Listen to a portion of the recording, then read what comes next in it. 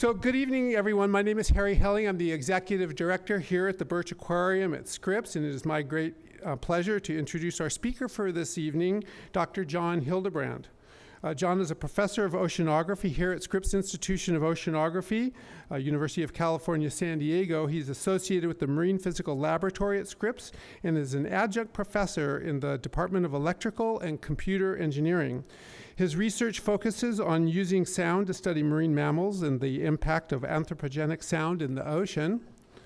Hildebrand's lab has developed a high-frequency acoustic recording package called HARP, and that's capable of long-term acoustic monitoring in remote ocean locations. These instruments are currently deployed in the Arctic, near Hawaii, off the coast of Washington and California, and in the Gulf of Mexico. HARPs have revealed new information on the behaviors and seasonal migration of whales and dolphins. Hildebrand's work also has documented that ocean noise levels from commercial shipping have increased dramatically over the past few decades, raising concerns about the potential impact of ocean noise on marine mammals. A native of San Diego, Hildebrand received his BS in physics and electrical engineering right here from UCSD, his PhD in applied physics from Stanford University, and he's held a research position at Scripps before joining the Scripps faculty. John is the author or co-author of more than 190 scientific publications. He has served on the Marine Mammal Commission's Board of Scientific Advisors and is a fellow of the Acoustical Society of America. He is also a member of the Society for Marine Mammalogy. John is the author or co-author, again, of more than 190 scientific publications. Please join me in welcoming John for his talk entitled, Do We Really Know Why Whales Sing?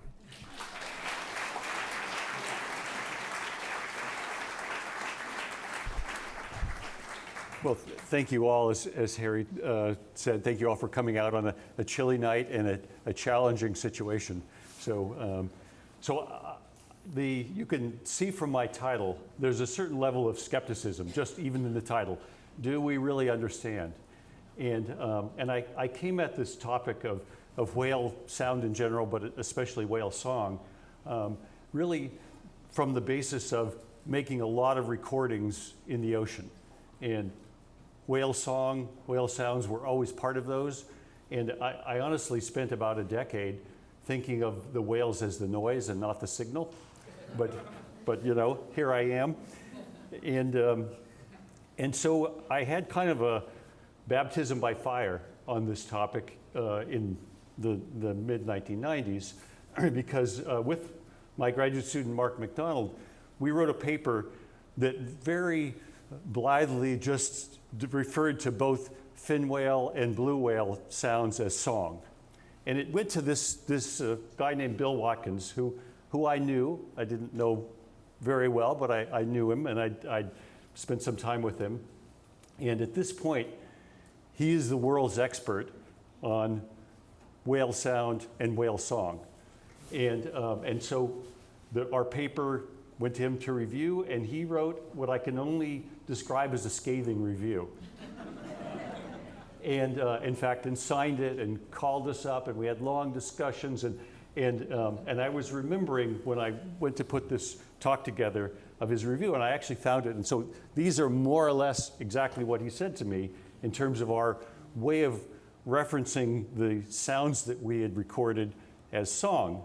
And he said, you know, if you're going to call this song, there are several things you need to prove, and you've proved none of them.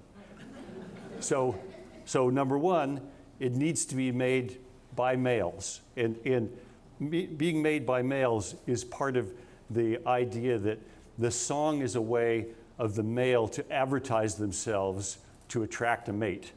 And it needs to be, you need to show that it's territorial, that the animal is using it in the confines of some sort of territory that it might be protecting.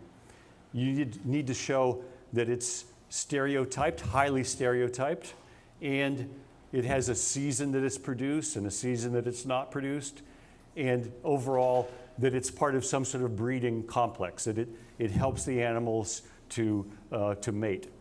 And he said, you haven't done any of these, you can't possibly publish this, and we did manage to overcome his review by modifying some of what we said, but this was very eye-opening to me, coming at this as a physicist, to see how important the word song was to this world-famous marine mammal biologist. So he was coming at this from the perspective of birdsong. And those of you, are there any birders in the audience here? Yeah? So you know that a key thing that you need to do if you're a birder is understand how to identify the species based on the song. It's not about seeing the animal, much more, it's about hearing the animal and knowing how that sound relates to the species, and especially in the context of song. And bird song, birds are nice, different than whales, because you can actually conduct experiments, you can have a bird in your laboratory and play a song to it and see if it picks up that song. It's none of these things can we do with whales. And so the basic model that Bill Watkins was working off is that male birds mostly, use singing as a way to attract their mate. And they're singing in a way that the female can judge the fitness for breeding of that particular male. Is this male healthy? Is it strong? Is it the bird that I should mate with? And part of that is the stereotyped nature of the bird song. It turns out you can do experiments that they are more or less imprinted at a young age and don't modify that song very much. There's a period where they'll pick up a song and then that's their song for life.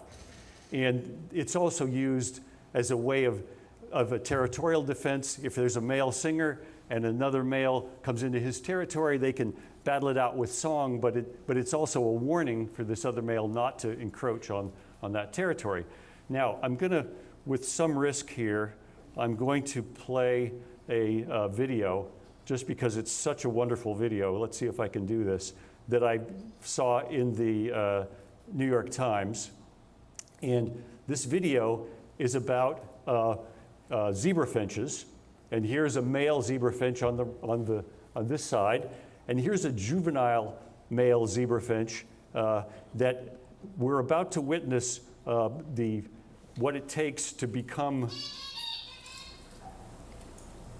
socialized.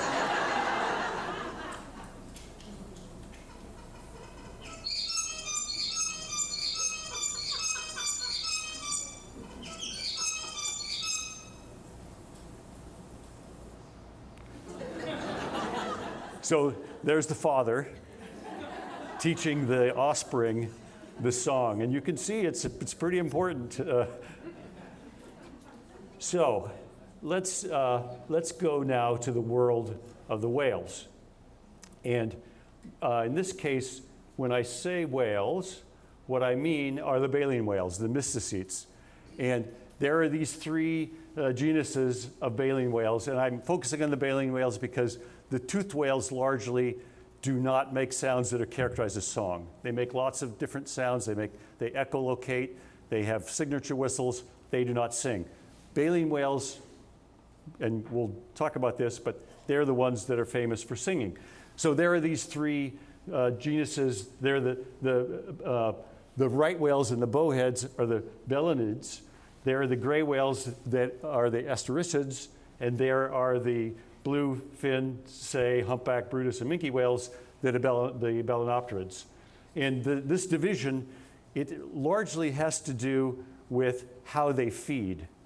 The right whales and bowhead whales feed at the surface by moving along at the surface and passing water through their baleen. The gray whale feeds at the bottom, mostly by scooping up sediment and passing that through a sort of coarser set of baleen. And the belinopterids, or roll crawls, feed in the water column by lunging and engulfing krill or fish and then squeezing the water out and keeping their prey. Now, all of these baleen whales make very long seasonal migrations. They're at low latitude to breed, and they're at high latitude to feed. And this is largely because the waters are so much more productive at the high latitudes. So I'm going to start out. We're going to step down through these species, and I'm just going to play a little snippet of the sounds that we have for each of them. So the right whale, it's an interesting animal. because it's called the right whale because it's the right whale to harpoon. And it is the right whale to harpoon because even if you take all the air out of its lungs, it'll still float. And so it was one of the only animals that they could deal with back in the early days of commercial whaling. And so there are on order of 300 right whales in the North Atlantic. There are on order of about 30 right whales in the North Pacific. So this is the most endangered baleen whale. But what we record, I'm going to play this, but it's a series of these little upsweeps.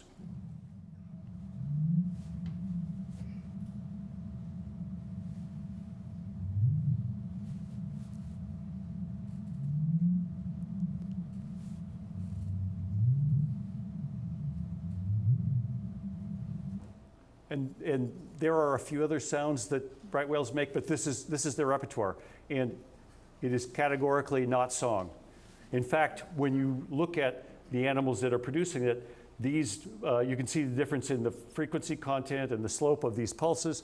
There's one animal that's making these two pulses, and a separate animal is making those. It's what's called a call-counter call. It's basically a way of the animals keeping track of each other, and they often use it as a way of getting together, but it's categorically not song. Now, closely related to the right whales are the bowheads. And bowheads have the same feeding strategy, it's just they're up right in the ice, in the high Arctic.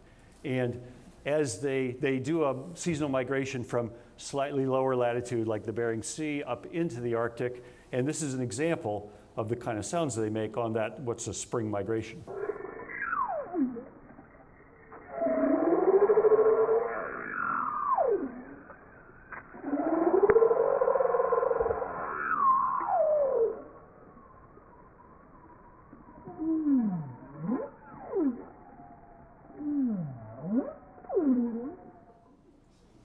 This is song, and it's song because you can see there are repeated phrases, and it goes on for hours and hours, and so this fits every definition of song. So here we have two closely related species. One of them sings and one of them doesn't. Right?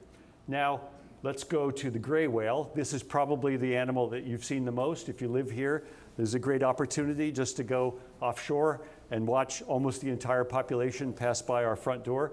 This particular recording is made in the breeding lagoons at San Ignacio in Mexico.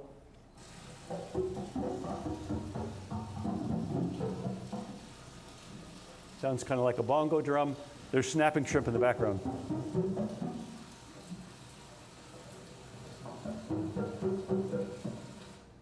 Okay, so that's an interesting sound. It turns out it's almost perfectly designed to propagate in the shallow water where these animals live in terms of the frequencies and this kind of impulsive knockingness of it, but it's not done in regular patterns, and it's not song. And they have a few other sounds, but we've never heard them produce them in this stereotype fashion. So as far as we know, they don't sing. Now, this is the blue whale, and again, we have a great opportunity to see these animals. They'll appear offshore here in the summer, and this is one piece of a two-part song I'll play.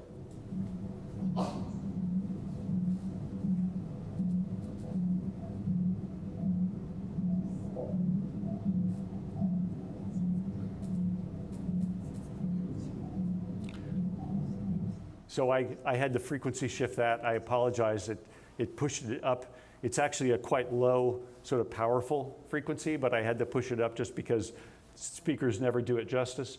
But this particular song is imaginatively labeled the A part, which I just played for you, which is this pulsy part, and then there's a gap, and then there's a long, very powerful tonal part. And the upper panel shows where in sequence you get an A-B, A-B, A-B, and they'll do this hours on end with only slight gaps occasionally to come to the surface and breathe. And we'll talk about that in a bit. So this is song, and we'll also show how there are regional dialects of blue whale song.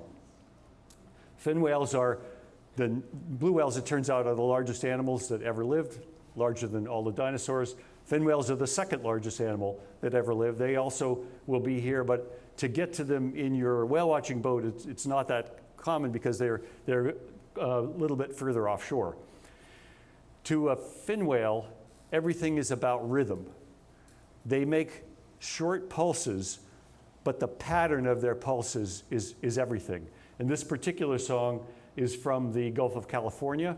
And in the Gulf of California, as long as we've been recording, they do these triplets. They're a bit different patterns, but it's always a triplet of pulses.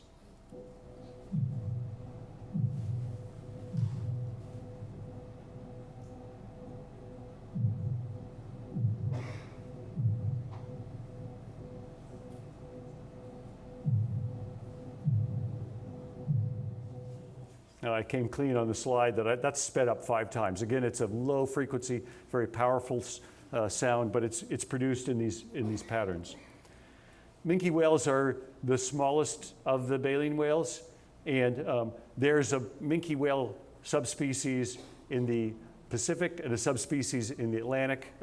It's been a long time since they were together. This is the sound of the Pacific animal.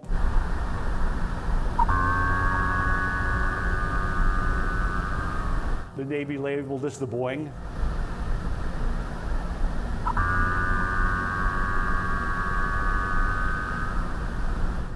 It's produced in the spring. It's produced only at low latitude, and pretty much it fits the characteristic of a song.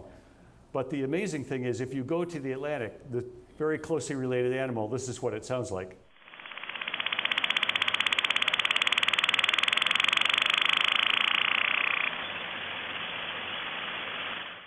They call those thump trains. It's just a fast series of pulses.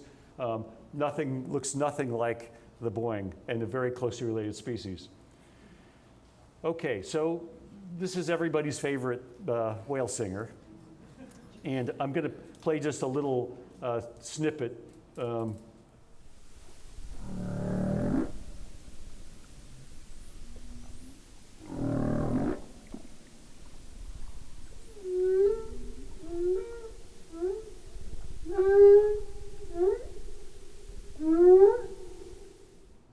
So there's a way of categorizing this that tells you about the pattern of the repeat of the song. And generally, these songs will go on for 10 to 15 minutes before the sound repeats. And it turns out with humpbacks, there's a novelty aspect to the song that's really important. They're always modifying it. And it's fairly complicated to start with, but in a given population, all the animals will sing the same song, but then it'll evolve, and they'll all evolve together. And let me just play a slightly longer piece of this same song, just for you to get a sense of kind of the rhythm of it and how we respond to it as if it were music, because it has this sort of pattern.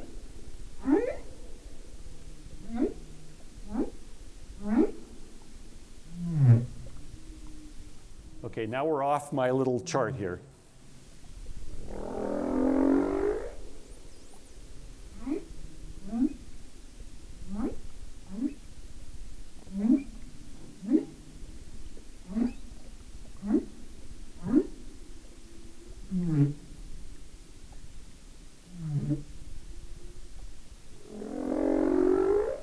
So maybe someday we'll have a school and we can teach our kids humpback. You know, I did manage to get a 3-minute recording of a humpback on one of the talking trees. If anybody know what the talking trees are at UCSD? Yeah, so you'll randomly walk by there and it'll be playing humpback. So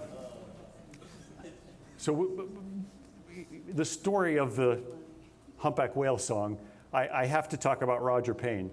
And Roger is probably the most notable marine mammal biologist focused on whale song who's still with us at this point. And I met Roger. I was sitting at my office one day minding my business, and the phone rang, and I didn't know him at the time, and he said, "Oh, this is Roger Payne," and I thought, "Oh, this is like a call from God," you know. And he asked me for a favor, which I was very happy to do. But and then at the time, here's Roger. He had purchased a sailboat, and his goal was to take the sailboat and sail it around the world and record humpbacks, but all kinds of marine mammals on this voyage around the world. And this is his helper, Ian Kerr, who's still trading in sailboats and dreams like this. Roger is more or less retired, but Roger is famous in terms of the public for this album called Songs of the Humpback Whale, which maybe some of you got it in the 60s. My parents did not buy it. I had to go to the next door neighbor's house to listen to it, which was a bitter disappointment, but I remember loving listening to it as a kid. So now I'm going to just segue to let Roger talk to you in his own words, because only Roger can do this. Now I'm going to play. This is a video that we made of Roger. Payne. I've been studying humpback whales now for 35 years, something like that. And when I got started, I'd never seen a whale, and my very first trip to see a whale was to Bermuda, where a friend of mine had told me there was this species of whale called a humpback. And when I got there, I heard their extraordinary sounds, the beautiful noises which they make. And I'm a musician, not a professional, just an amateur, but I thought these sounds might get people interested enough in whales so that they could have some effect on their lives, because at the time, whales were being killed to the tune of about 33,000 whales a year.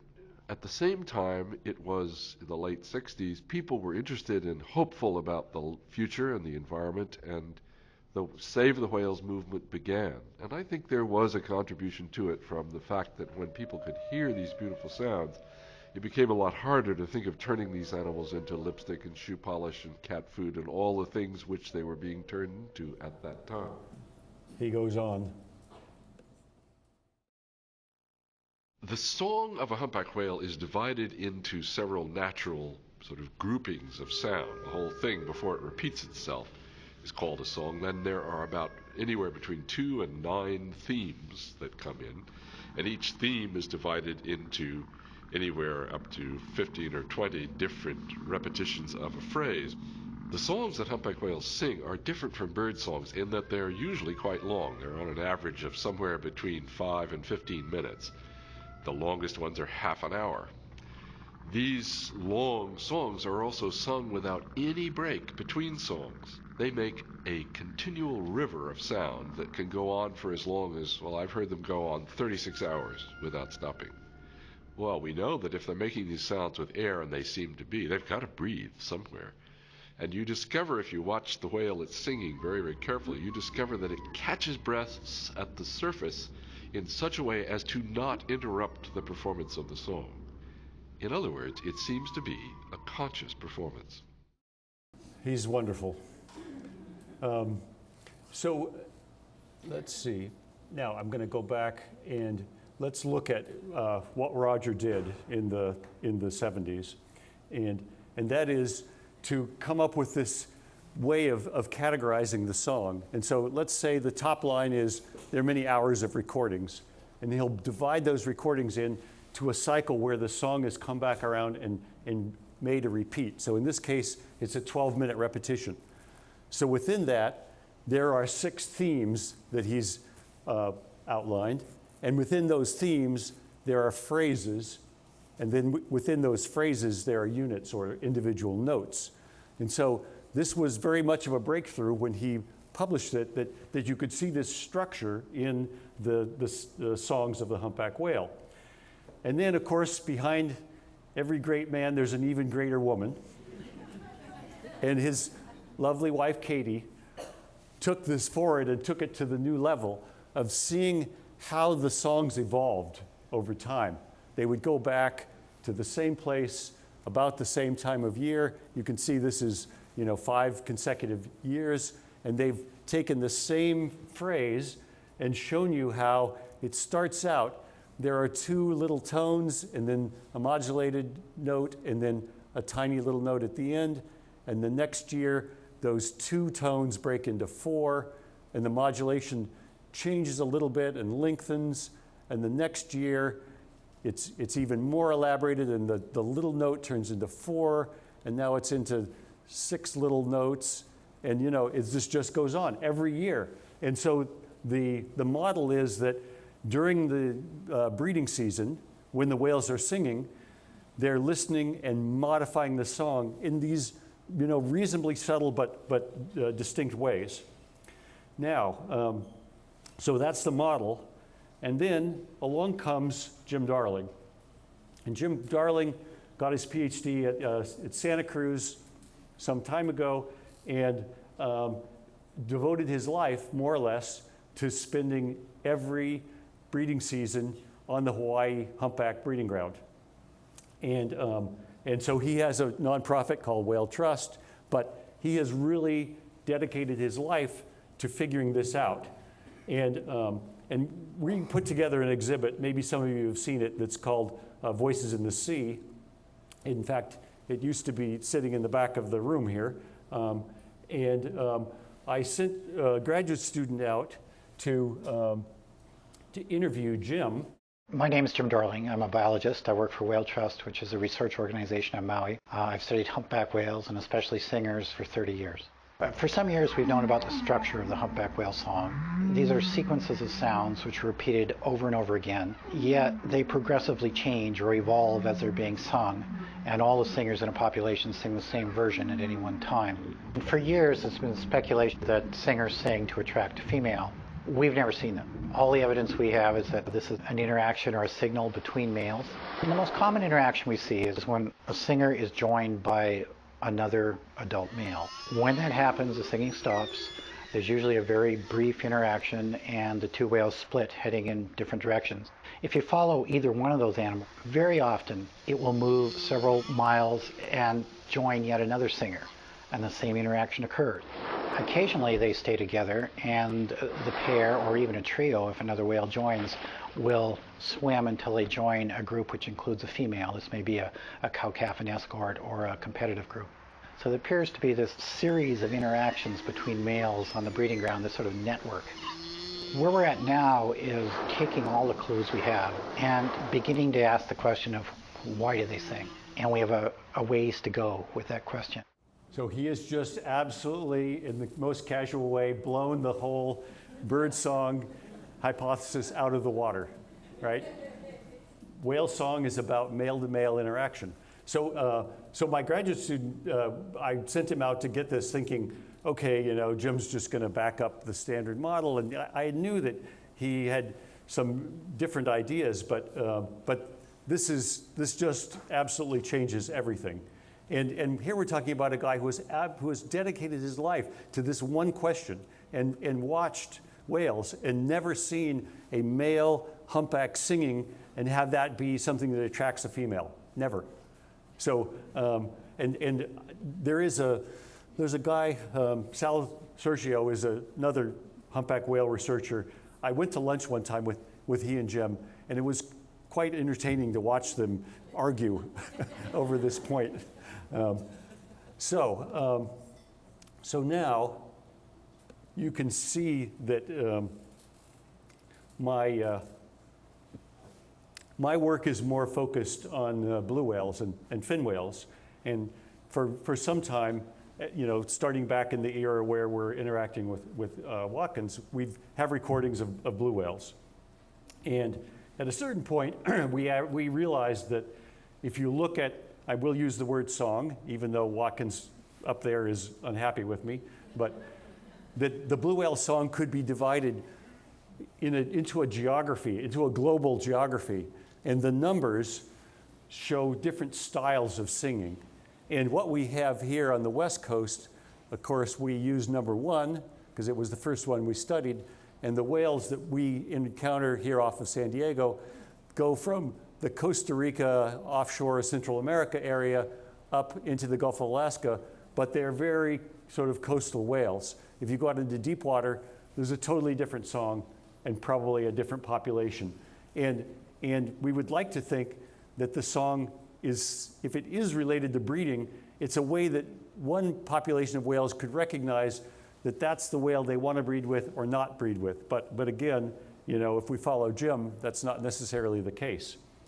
So one of the mysteries that came upon us in terms of blue whale song is we have a lot of recordings, and we have to train computers to find these recordings. And so here's the song that we're trying to find. There's this pulsed part that I played for you, and then there's this tone. And what we did was we trained our computer to look exactly for the frequency of this third harmonic of the B call. And so we would have to measure very carefully what's that frequency. And when we did that back in the kind of 90s, every year we'd have to move it down a little bit. It wouldn't be the same.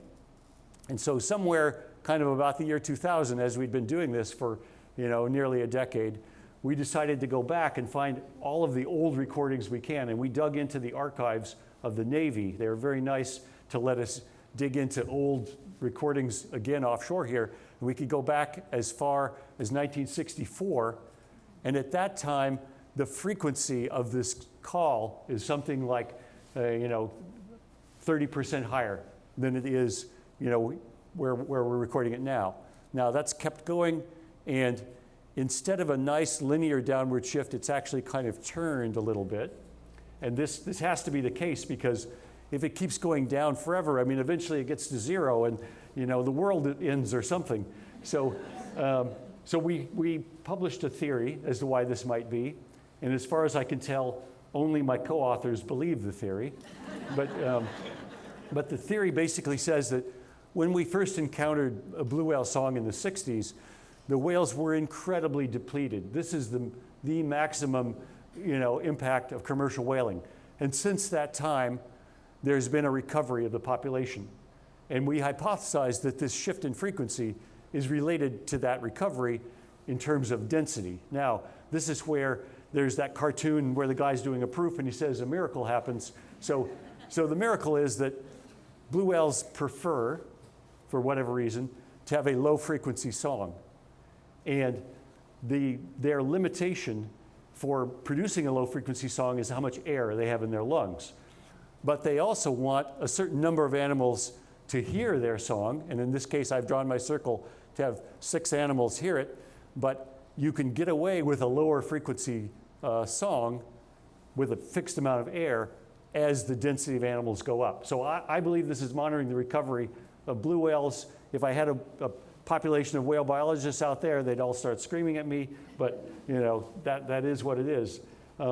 There were various people around the planet that decided to show that we were wrong, and there's a guy named Gavrilov in Australia who had a really nice time series, and what he discovered is that indeed we were correct, that this particular song is shifting down in frequency as well. But he found another twist, which is that each singing season, it starts out at a high pitch, goes down to a low pitch, and then bounces back up. And this happens every year. It's like a stair step as you go down. So one way to try to figure out what's going on with blue whale song is to actually attach a little recorder onto them. And this is a picture of my student, Mark McDonald, about to attach a little suction cup recorder onto the side of a blue whale. And in fact, if you look carefully, that's La Jolla in the background there. And that's the picture from, but the data themselves are from off of Palos Verdes. So we attach the recorder, whale is going down and foraging. All of this bumpiness at the bottom is the whale making a lunge to engulf the prey, which are krill at the bottom. And as the sun goes down, the whale is coming up towards the surface, and eventually it stops foraging, and you see this series of kind of shallow dives near the surface during most of the nighttime. Well, if you look into those, the colored dots are where the animal is singing. So it doesn't sing in the day when it's feeding, and it sings at night when it should be resting. This is also a don't sing with your mouth full story. So if you look, these bits at the top are where the animal is coming up and taking multiple breaths. And down below, it goes down to a certain depth, and then it produces some number of song calls. And there's a real consistency in the depth that it dives. And at first we kind of scratched our head, why would it always go to that depth? And it turns out 25 meters is the depth. And if you look at the frequency, the fundamental frequency of the song, which is 15 hertz, you realize that has an acoustic wavelength of 100 meters. Now, 100 meters is interesting because this 25 meters is a quarter of that 100. And if the whale makes a sound, and then the sound goes up to the surface and bounces off the surface, it turns out the surface flips the sound over. It's a phase reversing surface. When the sound comes back down and the whale hears it, it constructively interferes with the outgoing sound. So this is a place where the whale can sit, and the sound is the most powerful even to its own ears, but it's also the most powerful in terms of projecting the sound. So it'd be nice to know if these depths have changed, but we only have a limited amount of tag data. Now, when we dig into the details of these dives where it's making calls, you can see there are a series of dives here where it took a full set of breaths and then it went down, for a few minutes and did 4 calls and then came back up. So here it took 7 breaths and 5 breaths and 4 breaths. But there's this strange period where it's making its requisite 4 calls, and then it makes a 5th call on the way to the surface, and then it takes a single breath and makes 2 more calls, not very deep, and then goes up and takes its breath. And it does this, as Roger said, in a way to not interrupt the cadence of the song. So what it's doing is it's trying to mask the fact that it had to take a breath while it's singing. And we wondered if this had any impact on the amplitude. These are the first call that it makes after those single breaths.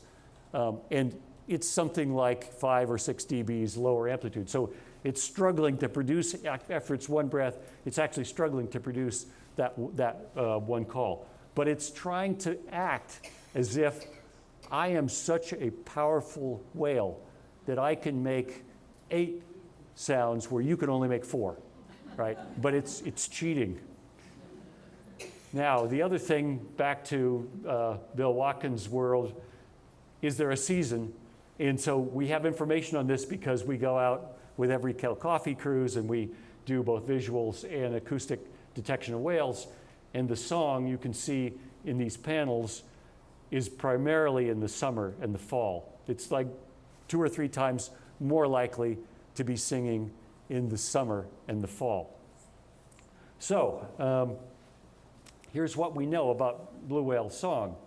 We do know it's made by males, by the way. I didn't say that, but every singing whale that we've biopsied turns out to be a male. That's absolutely clear now. But it has this, and it's stereotyped, but it has a long-term trend for lower frequency that honestly we don't understand.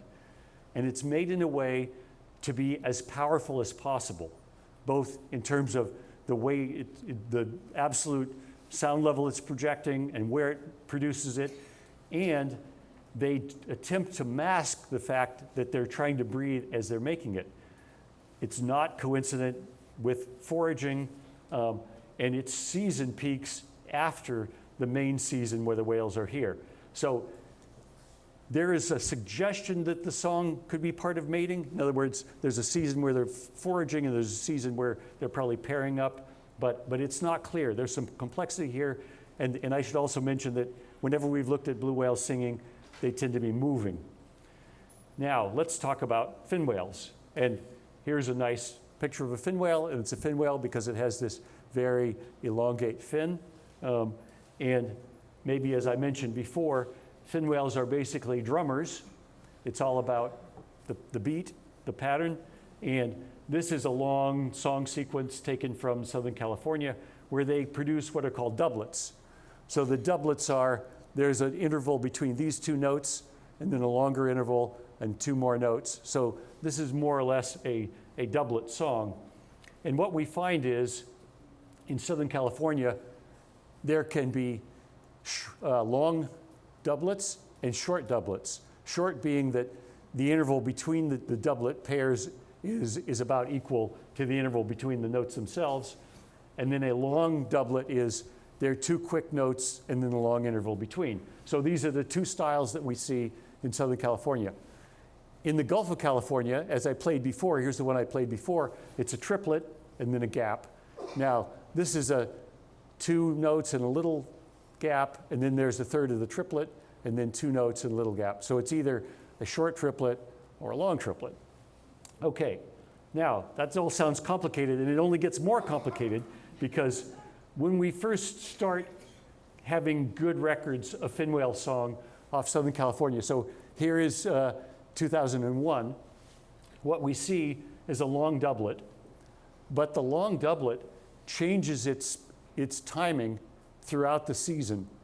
And then the next singing season, it drops back down and then lengthens. Very reminiscent of Gavrilof and the Antarctic blue whales. Now look at these green ones. Those are a long triplet. So here we have a visitor from the Gulf of California. These are our Mexican colleagues have come up to sing. So a revolution happens. This is a short doublet. By 2007, it is completely dominated by a short-lived doublet. There are a few long doublets, but not many. And here's our Gulf of California guy. He's come back. But so did the population of fin whales overturn so that there was a certain style of singing by a certain group of animals, those animals left, and there's a new group of animals? Or did the animals change their song? Either of these doesn't make sense in terms of the bird model, right? If this is a territory and they're defending their territory and they have a song imprinted from day one, they're not going to change. So some kind of revolution took place here, right? I mean, it took us decades to figure it out, but there was a revolution in the fin whale world offshore Southern California, and we do not know why.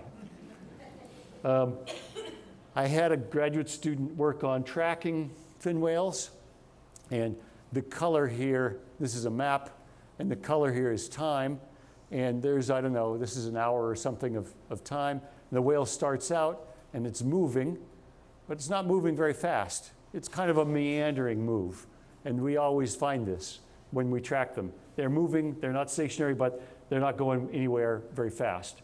So is this defending a territory? It may be a moving territory. Their seasonality is primarily in the fall and the winter.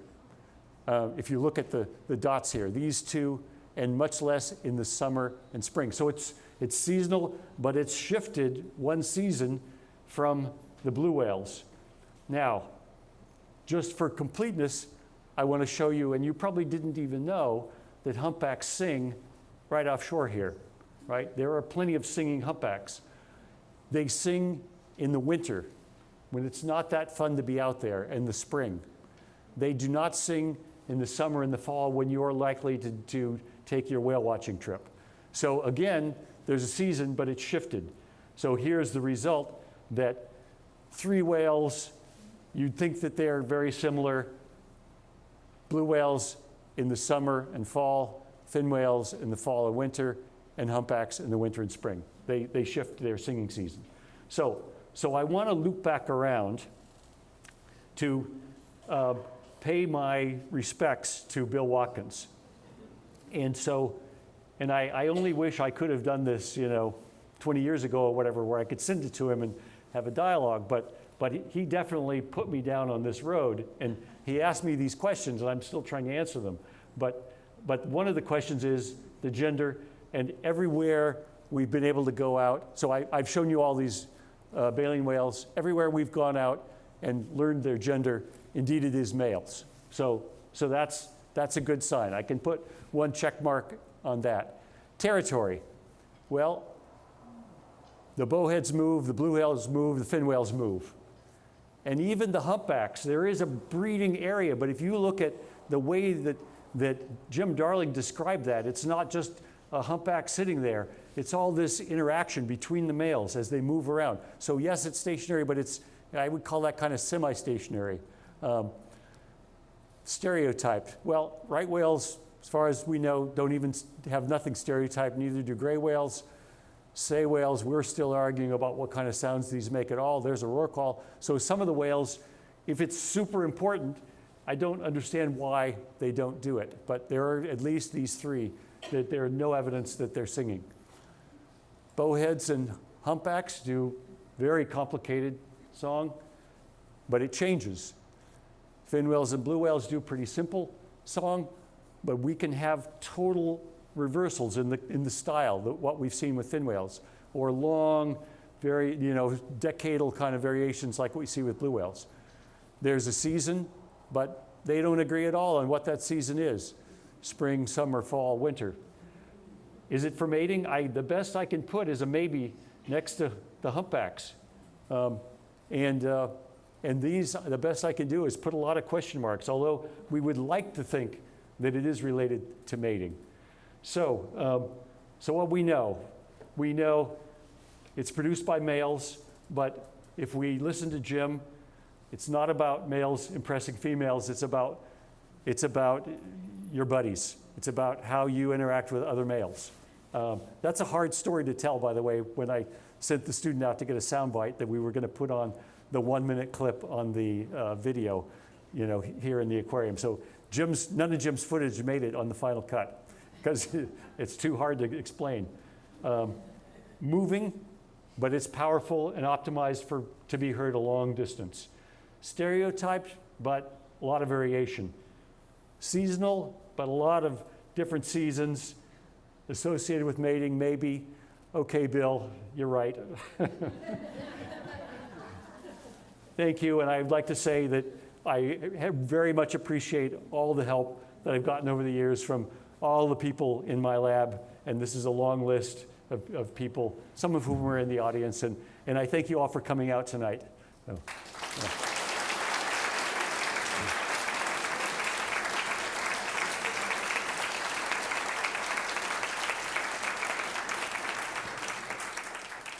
Yes, so the question is, do the feeding habits of the whales, is that the important criteria? And I mean, clearly that's important to their lifestyle and where they spend their time. So for instance, bowhead whales and right whales, you don't see them dive very much. They're very buoyant. It's hard for them. They have to work to stay down and then they just pop back up to the surface. So, but those two whales, as similar as they are, one of them is clearly putting a lot of emphasis on singing, the bowhead, and the other one, we can't find any song at all. So that's part of the mystery, is why whales with very similar, we would say, foraging, and habitat choices make such different choices in terms of the sound. Yeah, so the question is, would the depth, I assume the depth at which they sing, and the note that it's chosen to sing at that depth, have to do with the age of the whale. And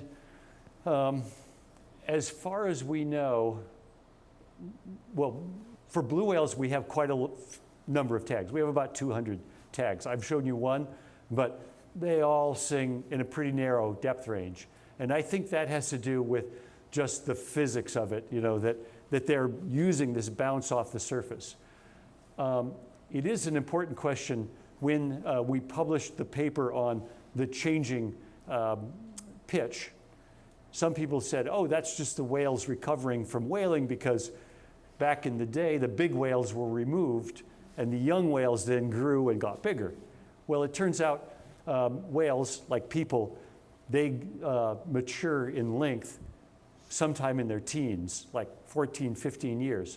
And we're showing a pattern here that goes back for 50 years. So the size distribution of the whales at this point is probably stable. It might not have been right after whaling, but these whales have not been subject to commercial whaling for a long time. So I think it's a stable size population. So when we tried to answer that criticism, I would say it's probably doesn't explain that pattern. Yeah, so the question is there an anatomical reason why males sing and females don't? And one thing that you might think about is that by singing and broadcasting this powerful sound, you're exposing yourself to a certain level of risk. right? And even baleen whales have enemies. They will be hunted by killer whales, right?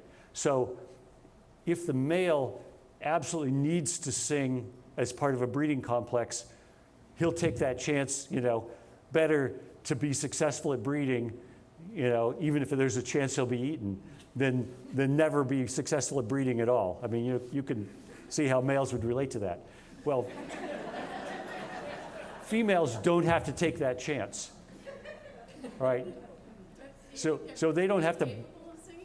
Well, I would think they make other sounds, but they don't do these long sustained songs. The call counter call that I showed you in the beginning, they definitely do that.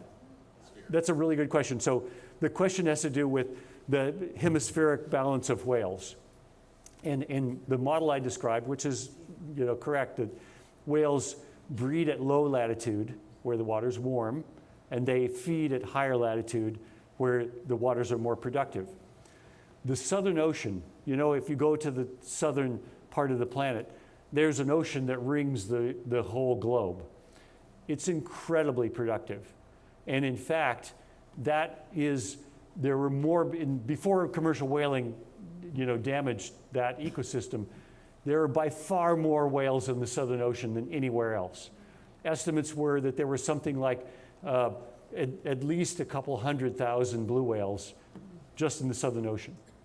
So the pattern is, if you think about it, because the seasons are different, if let's say it's the winter in the north and the summer in the south, the southern hemisphere whales are down here feeding while the northern ones are breeding, and then they do this shift where the southern ones come up toward the equator to breed and the northern ones go up to the pole to feed. So they do this kind of dance in phase. And there are places where you could sit near the equator where you can hear the northern whales at one season, and then you hear the southern whales at the other season.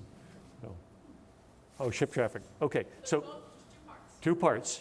Okay, number one, and this is a common comment. It's actually insightful what you said. So the comment is that lower frequency, there will be less attenuation, so the sound will propagate further, right? Not shorter, as my cartoon suggested. So let me deal with that first, and we'll come back to ships.